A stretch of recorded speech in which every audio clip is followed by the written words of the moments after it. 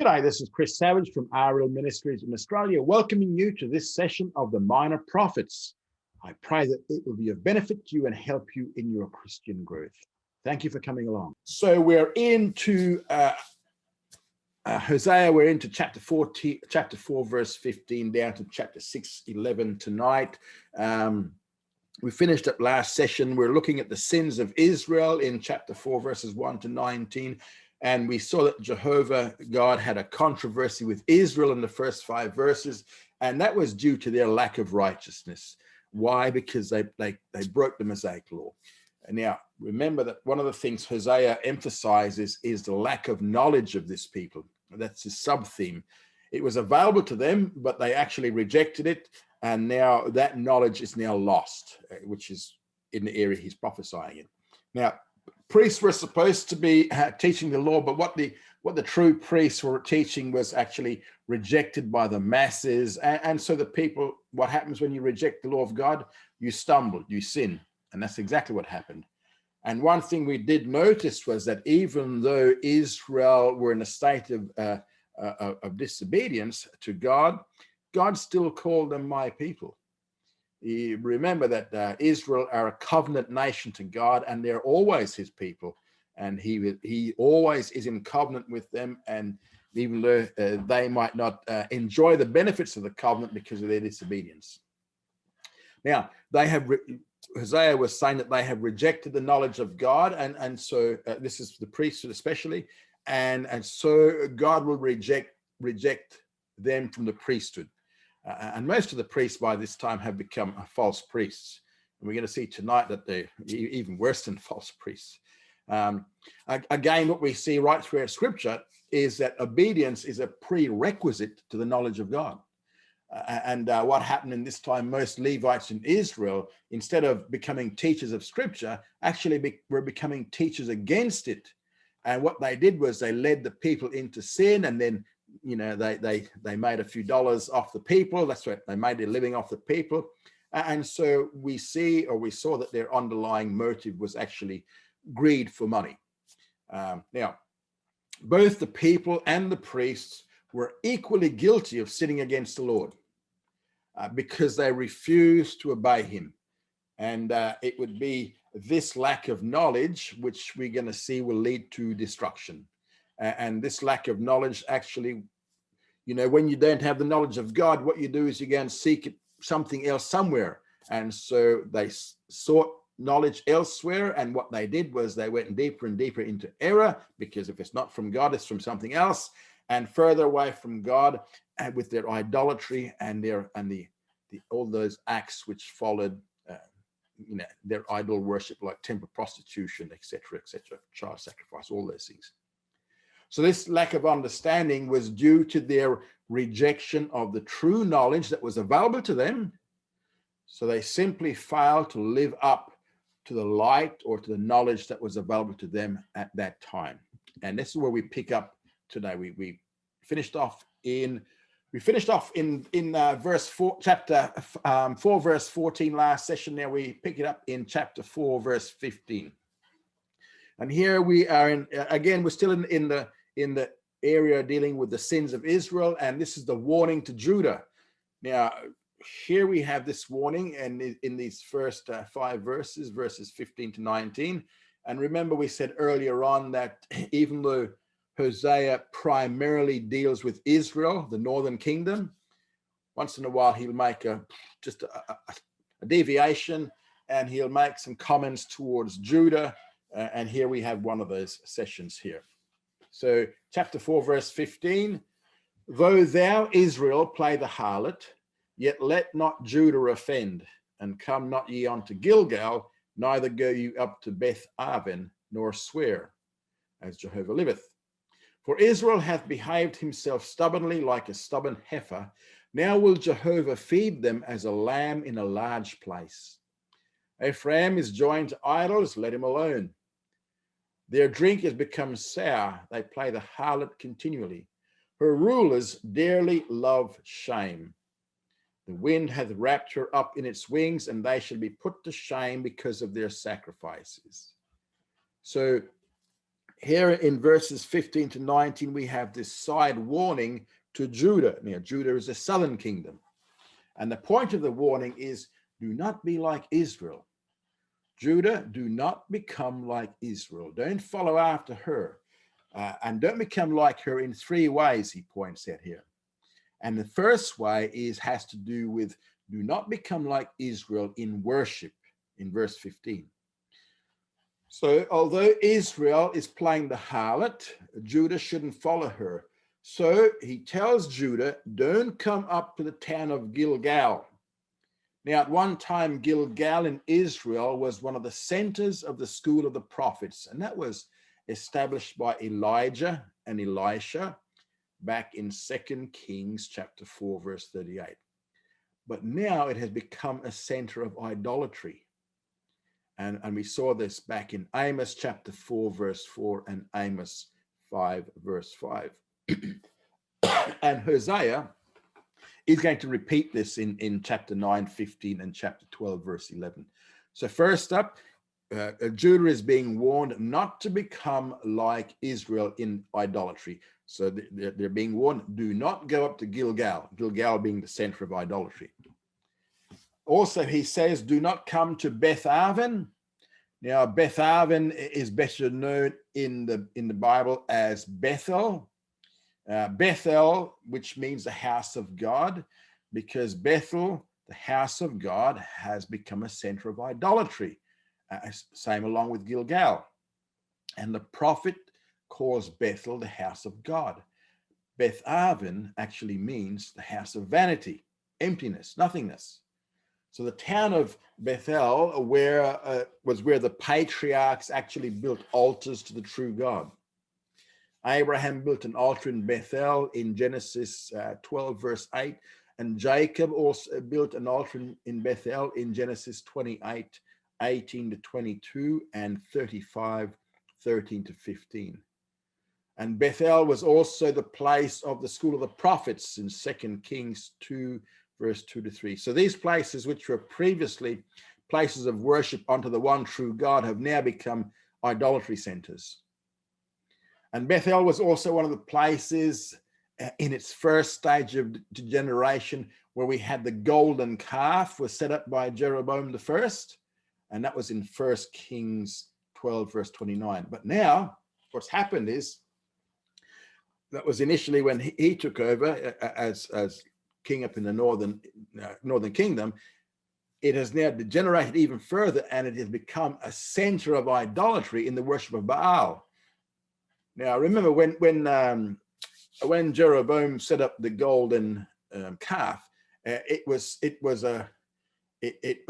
simply a corruption of the one true God. It wasn't, as it were, worshiping a new religious system. It was worshiping Jehovah, but using this golden calf. So it was a corruption of the true worship. But now it's sunk even further than that. It's now set up for a place to worship Baal, a completely different little g God. Again, we also saw this back in Amos 4, verse 4, and Amos 5, verse 5. And Hosea, going to repeat this again in Hosea 10, verse 5.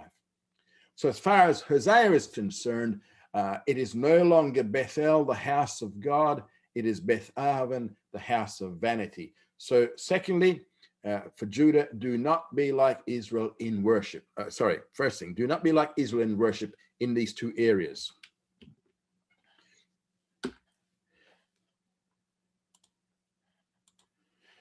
Second thing, do not be like Israel in willful disobedience. And we find this in verse 16. Here, he pictured Israel as a stubborn heifer that refuses to yield to the yoke and be led of God.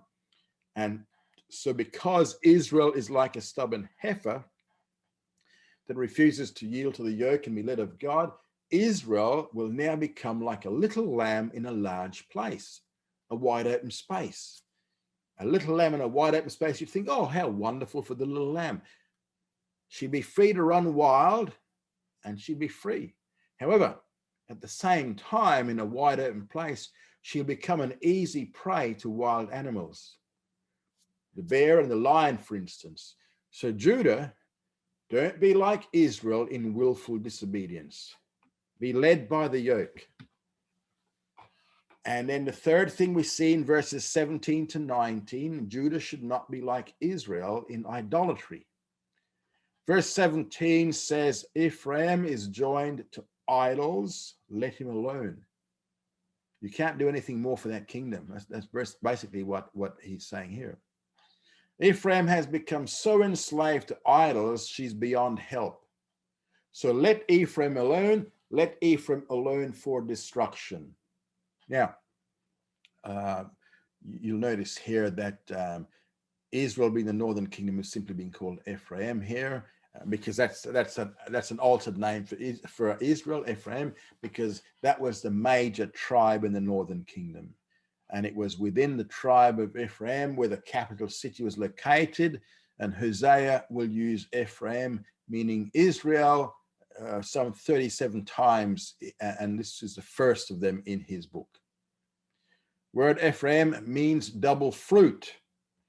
So when Ephraim was named, he was actually the son of Joseph, who's the son of Jacob. And it was to emphasize the fact that the tribe will produce fruitfulness and population.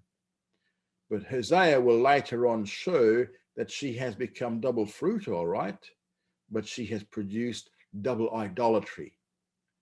So Judah, leave Ephraim alone. She's totally joined to her idols. Do not become involved with her. So they're the three things: idolatry, worship, and forget the second one. Now, in verse 18, we see here that their drink has become sour. They play the harlot continually. Her rulers dearly love shame. So finally, what we see, this is verse 18, and finally, in what we see in verse 19, all their sacrifices which had been sacrificed to idols will now be to their shame, because as far as their own God is concerned, these idols, or these sacrifices are not acceptable. All these sacrifices that they're sacrificing are totally unacceptable to the God of Abraham, Isaac, and Jacob, the God of Israel.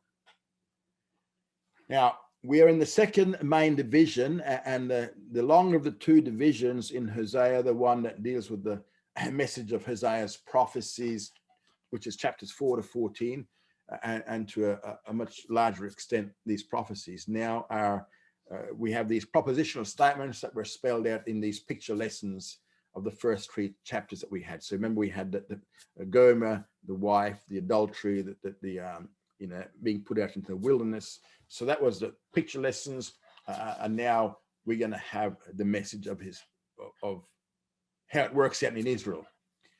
So we've completed the first chapter of this new division, chapter 4 to chapter 14. Now we're going to go into that, which was the sins of Israel. Now we're going to go into the second division, which is the judgment and return of Israel, which goes from chapter 5, verse 1 to chapter 6, verse 3. And here in verses 1 to 7, Jehovah's rebuke of Israel. So this is under the heading, the judgment and return of Israel, chapter 5, 1 to 6, 3, and now a little subsection, which is Jehovah's rebuke of Israel in verses 1 to 7 of 5. Hear this, O ye priests, and hearken, O house of Israel, and give ear, O house of the king. For unto you pertaineth the judgment, for you have been a snare at Mizpah, and a net spread upon Tabor. And the revolters are gone deep in making slaughter, but I am a rebuker of them all. So we just read there's verse 1 and part of verse 2 here. So these first 7 verses that we're going to look at contain God's rebuke of the nation. And he begins in verse 1. What he has here, he has a call to the nation to judgment. This is the northern kingdom. And it includes especially the religious leaders, because we see here he calls upon the house of priests to listen to what is about to be said. And the priests represent, religiously speaking, the house of Israel. So the priests are the religious leaders. The house of Israel are the people as a whole. And also he says, give ear, O king. And now he also calls together the civil authorities. So we have all three. We have the religious leaders, we have the people as a whole, and we have the civil authorities. All three groups are represented here. So this is a call to all Israel to judgment. So the nation as a whole, particularly religious civil leaders, the priests and the king. And we see in verse 1 and 2, he spells out the two reasons why they are now called to judgment. In verse 1 and 2, here they are. First up, we have idolatry. They're guilty of creating mass idolatry on both sides of the Jordan River. He mentions two places. He mentions Mizpah and Tabor. And the Mizpah spoken of here is on the east side of the Jordan. That's across on the right-hand side of the Jordan. The Transjordan, where today is the Kingdom of Jordan. Whereas Tabor is on the west side of the Jordan, or the Cisjordan. So the land of Israel covered both sides of the Jordan in that day. But what Israel did was they created idolatry on both sides of the Jordan. So that's the first reason for judgment, is their idolatry. The second reason for judgment is their rebellion. It says the revolters are gone deep in making slaughter. And that is why at the end of verse 2, they are subject to God's rebuke, and he is a rebuker of all of them. In verse 3 and 4 and 5, I know Ephraim, and Israel is not hid from me. For now, O Ephraim, you have played the harlot. Israel is defiled. Their doings will not suffer them to turn unto their God. For the spirit of whoredom is within them, and they know not Jehovah. And the pride of Israel does testify to his face. So in verse 3, what the prophet Hosea does here is that he points out that God has a total knowledge of Israel in everything that they do. And as he knows two major things about them, he knows their adultery and he knows their apostasy. And in verse 4, he gives the reasons for Israel's inability of turning to God, and that is a spirit of whoredom. The spirit of spiritual prostitution is within them. Remember, to go worshiping after other gods is adultery for Israel, because Israel is the wife of Jehovah. But they have gone after other gods. They're playing adultery, spiritual prostitution. And verse 4, he tells us that the reason they can't turn to God is because of their spiritual prostitution. And because of that spirit of prostitution, which they've harbored for so long, remember, he says, give them up, because there's nothing more we can do for them. They're so entrenched in idolatry. Because they've been so entrenched for so long in this idol worship, they know not Jehovah. They don't know the Lord anymore. And as before, Hosea again emphasizes his sub-theme of Israel's lack of knowledge. Again, remember, his primary theme is God's love for Israel, but his major sub-theme is Israel's lack of knowledge. And in verse 5, it is God himself who testifies against Israel. I don't know, it depends which translation you have. My translation reads the pride of Israel. Some might have something different. Literally, it means the excellency of Israel. And Israel's excellency is God himself. And God himself actually testifies. It says the pride of Israel doth testify to his face, to Israel's face. So literally, God himself, the excellency of Israel, who is God himself, testifies against Israel, and God being a witness against them, who's going to actually counteract God's witness? Because God's witness is faithful and true. And then in verses 6 and 7, we have here, it says, they shall go with their flocks and with their herds to seek Jehovah, but they shall not find him. He has withdrawn himself from them. They have dealt treacherously against Jehovah, for they have borne strange children. Now shall the new moon devour them with their fields. So we see the results here in verses 5 to 6. First, there's three results here. First of all, Israel and Judah will both stumble in their sin. We see it in verse 5. We see both Israel and Judah. Second, in verse 6, they will seek Jehovah, but they won't find him. And then third, the reason that they won't find him in verse 6 is because Jehovah has withdrawn himself. He has hidden himself. And this, like the many days back in chapter 3, when they abide many days without the knowledge of the true God. And this is exactly what's going to happen. It's exactly what's happening today. And this section now concludes in verse 7, spelling out the treachery of Israel. Israel is guilty of bearing illegitimate children. And the picture here is that they bore children through their spiritual adultery with other gods. And they produced children of those other gods who shared the wickedness of those gods. They simply, when we say they produced children, it means that their children were brought up to worship these other gods. And now we see in the second part of verse 7, it says, now shall the new moon devour them with their fields. Now, the word for new moon here could be taken in one of two ways. One way of taking it is to assume that it means 1 month, because a new moon comes every month. And if that is the case, then what that is doing is it's emphasizing the speed with this judgment will come. It will come within 1 month. But more likely, and a better way to look at it is to look at it as being, it's a reference to a new moon sacrifice.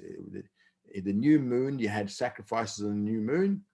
And remember, he said before they took, Hosea said before that they took the legitimate sacrifices and they offered them to other gods.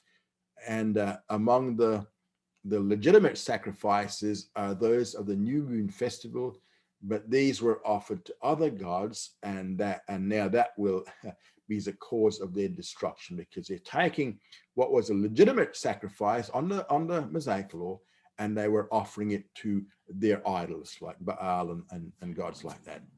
And so what's going to happen is this is going to be the cause of their destruction, and it's going to devour them with their fields. And again, this has to do with the stripping of the land. Remember, Gomer was stripped and sent out naked into the wilderness. This is part of what we're seeing here, part of the stripping of the land. Now, in verses 8 to 15, he moves into a second element here regarding the coming affliction. Blow ye the cornet in Gibeah and the trumpet in Ramah, sound an alarm at Beth-aven, behind you, O Benjamin. So the affliction he describes here is much more widespread than limited to Israel, and several times both houses of Israel and Judah were mentioned. So this affliction is announced by the alarms sounded in 3 key cities in the tribe of Benjamin, in their tribal allotment, which we see in verse 8. He mentions 3 cities that were part of the tribe of Benjamin. He mentions Gibeah, Ramah, and Beth-aven, or Bethel. Now, in Gibeah, the cornet is blown, in Ramah, the trumpet, and in Beth-aven, the alarm. Now, basically, what we see here is that he's moving from south, moving south to north, and he's moving away from Jerusalem. And as you move north from Jerusalem on that central mountain road, you will hit, first of all, Gibeah, then Ramah, and then Bethel or Beth-aven. And Gibeah and Ramah are within Judah, while Bethel was in Israel. And then we see behind you, O Benjamin. And what that is, that's a warning of an approaching army. So Benjamin, the tribe of Benjamin, their allotment was north of Jerusalem. So he says, behind you, O Benjamin. So he's being warned of an approaching army. In verse 9 to 11, we see here the affliction on Israel and Judah. Verse 9, Ephraim shall become a desolation in the day of rebuke. Among the tribes of Israel have I made known that which shall surely be. The princes of Judah are like them that remove the landmark. I will pour out my wrath upon them like water. Ephraim is oppressed, he is crushed in judgment, because he was content to walk after man's command. So here we have the description of the affliction on both Israel and Judah.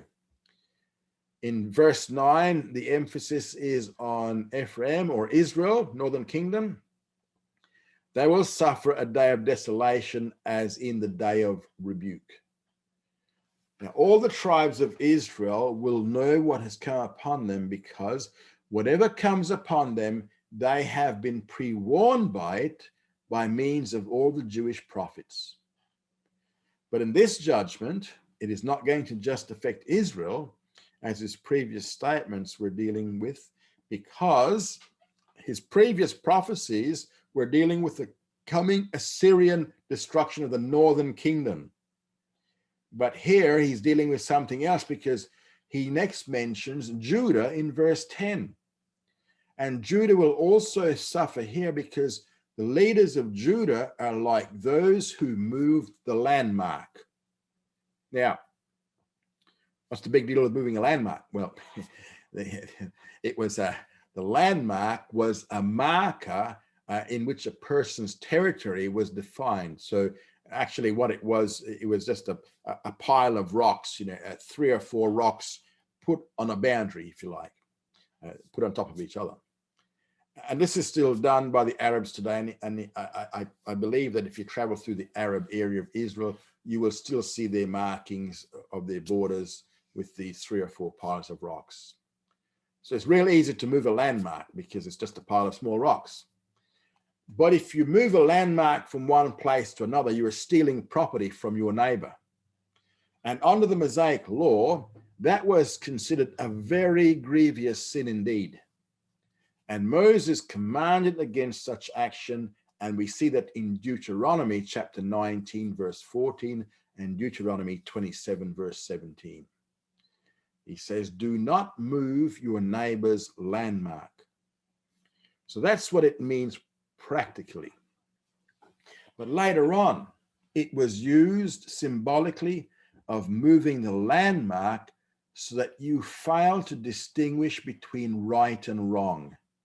And for example, if you look at Job 24, verse 2, or Proverbs 22, verse 28, and Proverbs 23:10, the leaders of Judah, he says, have become like people who have moved the boundaries or moved the landmarks, because they have removed the landmark between what is right and what is wrong.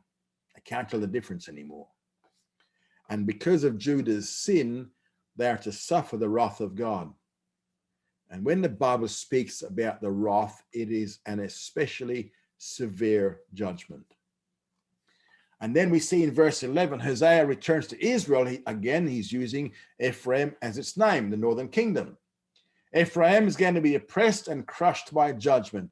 And he gives a reason for it, because they continued walking after man-made commands.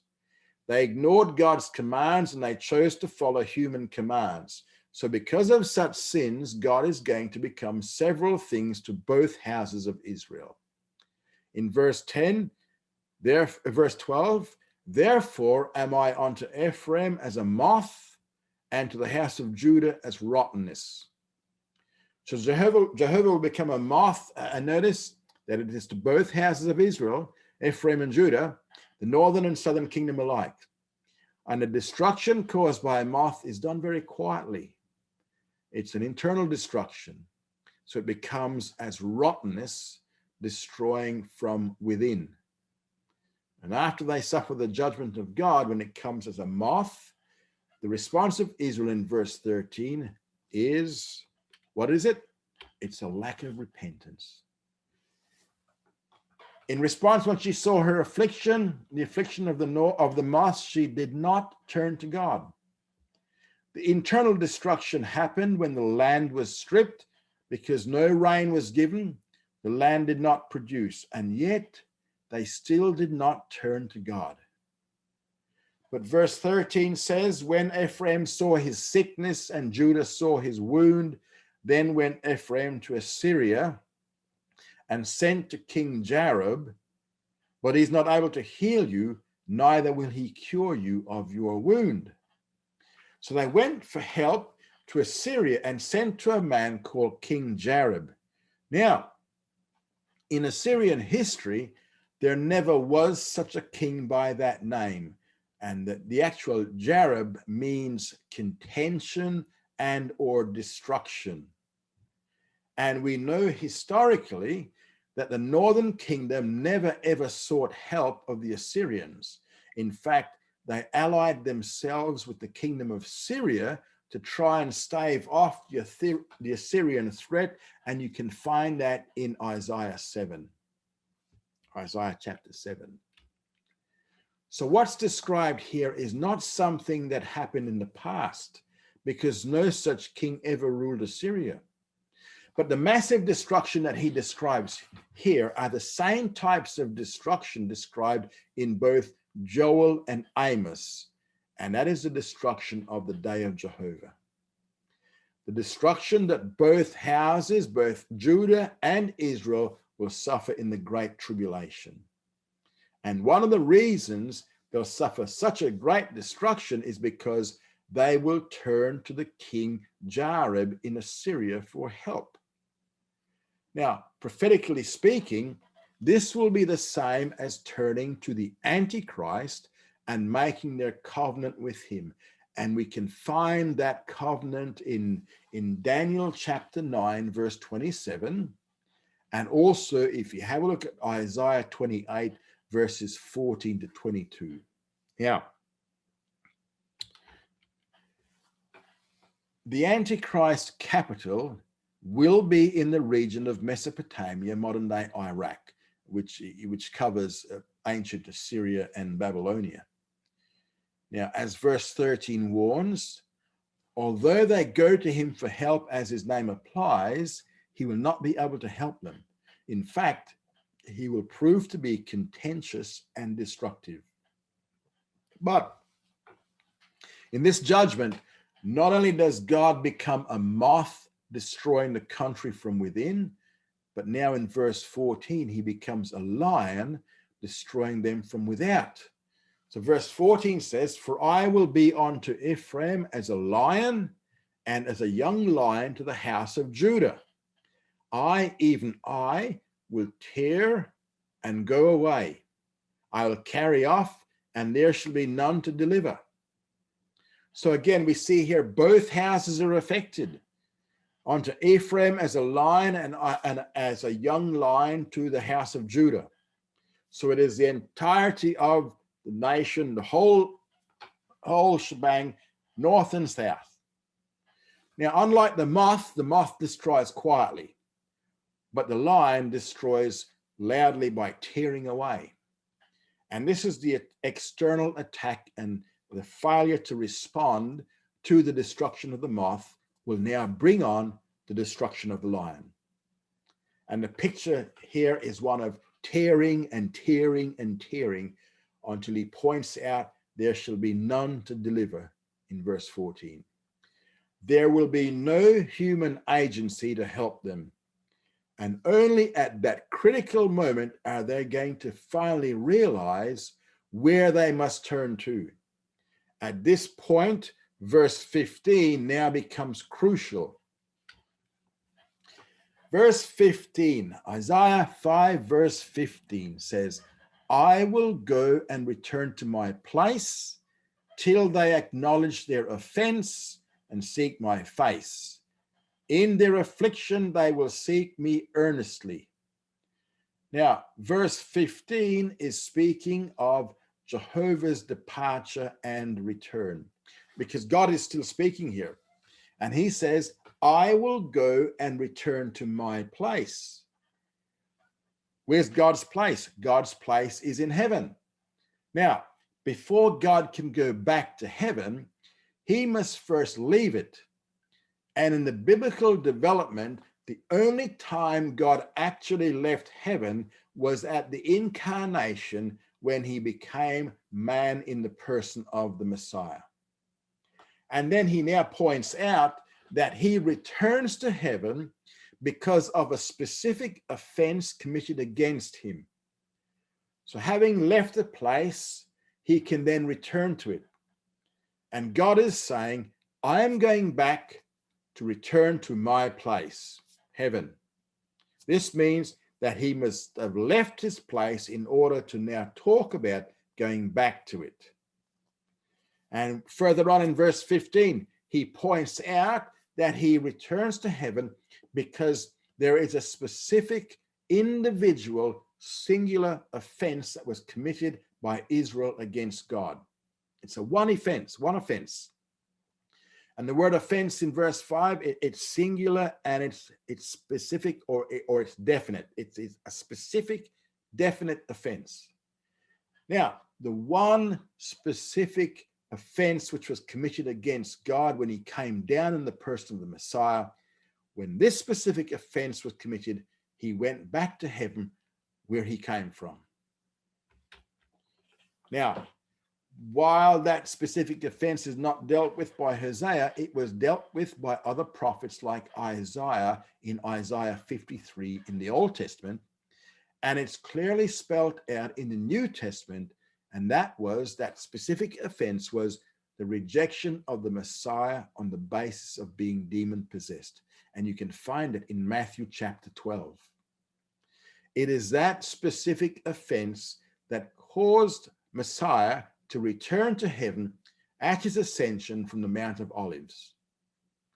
From then on, the nation, Israel, Judah, have been subjected to judgment. But the final judgment will come with the tearing of the lion, after they sought help from King Jareb, and they did not get it. So they went, made a covenant with King Jareb to help them, but they really didn't get it. In fact, they got destruction. They got tearing. Now, when that day comes, they are going to seek God's face. They must plead for his return, and adds the warning here. In their affliction, they will seek me earnestly. In the affliction of the Jewish nation, they will seek God earnestly. And the word affliction here is one of the Old Testament names for the Great Tribulation. And when that key affliction comes, they will seek him earnestly. But the point of verse 15 is that he came and an offense was committed against him, so that he left, and now he will not return unto them until this offense is confessed, and adding that when the affliction comes, which it will, they will seek him earnestly. But the precondition of Messiah, of God returning to them, is confessing that one offense. To confess it is to seek forgiveness, must plead for forgiveness. And now we see the return of Israel in chapter 6, verse 1 to 3. So the first 3 verses of chapter 6 is a response to the demand of chapter 5, verse 15. And now the person switches. It's no longer God speaking. The speakers switch, because the first 3 verses is a call issued to Israel to return. Come and let us return unto Jehovah, for he hath torn and he will heal us. He has smitten and he will bind us up. After 2 days he will revive us. On the 3rd day he will raise us up, and we shall live before him. And let us follow on to know Jehovah. His going forth is sure as the morning, and he will come unto us as the rain, as the latter rain that watereth the earth. Now, throughout chapter 5, God was the speaker, and the first person referred to God, and the first person was singular, one first person. Now, in the first 3 verses of chapter 6, it changes. Now, Israel is speaking, and the first person refers to Israel, And the first person is now plural, and God is referred to in the third person, he, him, or his. So verse 1 is a call for Israel to return to meet the demand of chapter 5, verse 15 of confessing the offense that Israel as a nation committed. And calls are issued by leaders, and from other passages, we do know that in the closing days of the tribulation, as a part of the Armageddon campaign, the affliction of chapter 5, verse 15, the great affliction, the Jewish leaders will realize that the root cause has been the rejection of the Messiah, and then they'll issue this call to Israel to repent and confess. And they point out that the same one who was responsible for tearing them in chapter 5 can also heal them. The one who's responsible for smiting them in chapter 5 is also able to bind those wounds. And they recognize that while the human agency may have been human armies, the ultimate one responsible for their situation is God himself. And repentance, like obedience, is a prerequisite to the knowledge of God. And here we have it, the sub-theme of Hosea, the knowledge of God. And when this decree of chapter 6 is issued, that begins the last 3 days of that tribulation period, the last 3 days preceding the second coming. And verse 2 deals with those 3 days, emphasizing the first 2 of those last 3 days. After 2 days, he will revive us. So the picture here is that with the issuing of the decree of verse 1, in verse 2, there's going to be 2 days of revival. And it is during these 2 days that Israel will finally confess her national sin. And the exact words of her confession are not found here, but if you have a look in Isaiah 53, 1-9, that's their confession. And contextually, Isaiah 53, 1-9 is not only a prophecy of the death of the Messiah, because that's what it is, but contextually, it contains Israel's national confession when they confess their rejection of the Messiah that led to his death. That's why Isaiah 53 is put in the format of a confession, with the speaker being we, us, and our. First person plural. Again, just like here, with Israel speaking and confessing that they had made a terrible mistake concerning the person of the servant of Jehovah, which is Isaiah's favorite name for the Messiah. The 2 days of revival are to be followed by the third day, which is the rising and the living. And we know from other passages on the third day is when Israel will begin pleading for the Messiah to return. And some examples of this pleading you can find in Psalm 79 and Psalm 80, and also Isaiah 64. That's the national pleading for the Messiah, for the Lord to come and deliver them. So it's on this third of the last 3 days, the whole nation as a nation will now be saved. And in the words of Isaiah 66, he says the nation will be born in 1 day. Or in the words of Paul in Romans 11, all Israel will be saved. You know, just by the by, the Hebrew word yom, with a numeral like yom is day, with a numeral like day 1, day 2, it never means anything but 24 hours. Now, if you see a word just day, without a numeral, it could mean a period of time. But with a numeral, like, 2 days, first 2 days, third day, it means 24-hour days. Only ever means 24-hour days. Verse 3, and let us follow on to know Jehovah. His going forth is as the morning, and he will come unto us as the rain, as the latter rain that watereth the earth. So only after you have Israel's national confession of their offense of chapter 5, verse 15, Israel's national salvation, then and only then comes the return of the Messiah in verse 3, because the second coming does have a prerequisite. He will not come back until the Jewish people ask him to come back. Israel's national salvation is the prerequisite to the second coming. Rapture has no preconditions to it. It could happen any time. But the second coming does have a prerequisite. The Jewish nation must ask for his return. So he says, let us know, let us follow on to know the Lord. Now they will know him. Now that lack of knowledge is now erased, gone. And he says he'll come to us. So the one who left them in chapter 5, verse 15, will return to them. And his coming to them is just as sure as the morning, excuse me, just as sure as the morning follows the night. That's how sure Messiah's return is following Israel's salvation. He'll come as the rain, which is, refreshing. He'll come as refreshment. He'll also come as the latter rain, bringing blessings in abundance. Because as Joel promised, with his return, Israel's previous losses will all be restored. So we have a prophetic statement of what was illustrated by Hosea's marriage in the first 3 chapters. The ripeness of Israel for the judgment of destruction. This is a section, goes from chapter 6, verse 4 to chapter 11, verse 11. Chapter 6, verse 4 to 11, we have the broken covenant. O Ephraim, what shall I do unto thee? O Judah, what shall I do unto thee? For your goodness is as a morning cloud, and as the dew that goeth early away. Therefore have I hewed them by the prophets, I have slain them by the words of my mouth.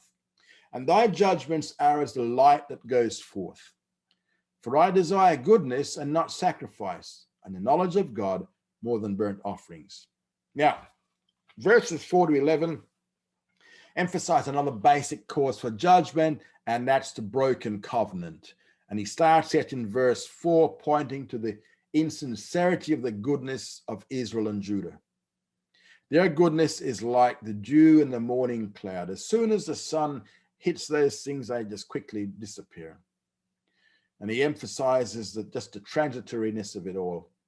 Whatever goodness they have, it's transitory, it's passing. It doesn't last very long, it quickly disappears. So as a result, in verse 5, God hewed them by the words of the prophets and killed them by judgments. And again, he brings out the root problem that he has brought up several times in the past, and we see this in verse 6. The problem, again, it's a lack of knowledge.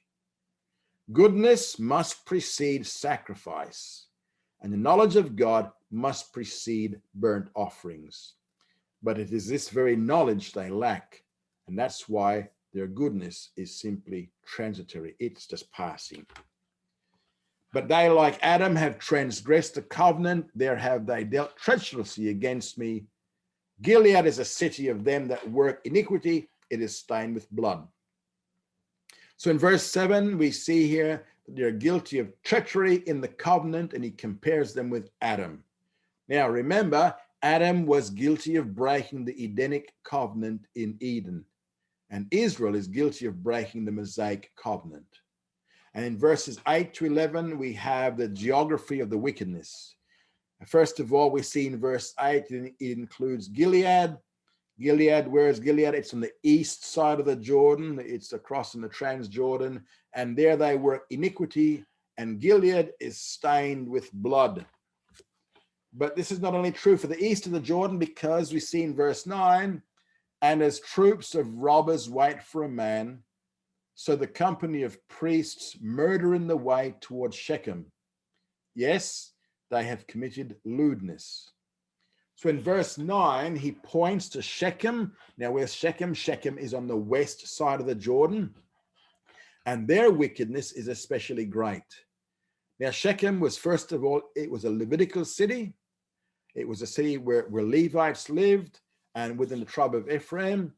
You can find it in Joshua 21, verse 21. But Shechem was more than just a Levitical city under the law. It was one of the 6 cities of refuge, and we see that in Joshua chapter 20, verse 7. And now this Levitical city, this city of refuge, has become a refuge for murderers. Remember, a city of refuge was intended to be a sanctuary for only someone who killed someone else accidentally, manslaughter. But now it has become a sanctuary for those guilty of premeditated murder. And what about those Levites who were supposed to be the spiritual leaders, the spiritual teachers? He points out that what has happened in his day, this is Hosea's day, is that bands or gangs of Levitical priests were wandering around the highways killing. And that's how far the tribe of Levi had deteriorated. It turned into gangs to kill and to rob, and they were guilty of immorality, committing lewdness. And in verse 10, in the house of Israel, I have seen a horrible thing. Their whoredom is found in Ephraim. Israel is defiled. Verse 11, also, O Judah, there's a harvest appointed for thee when I bring back the captivity of my people. So, with the house of Israel in verse 10, they're guilty of spiritual prostitution and defilement. And for the house of Judah in verse 11, there's a harvest of punishment coming for them as well. And that's before the captivity hits them. Okay, that's it for this session.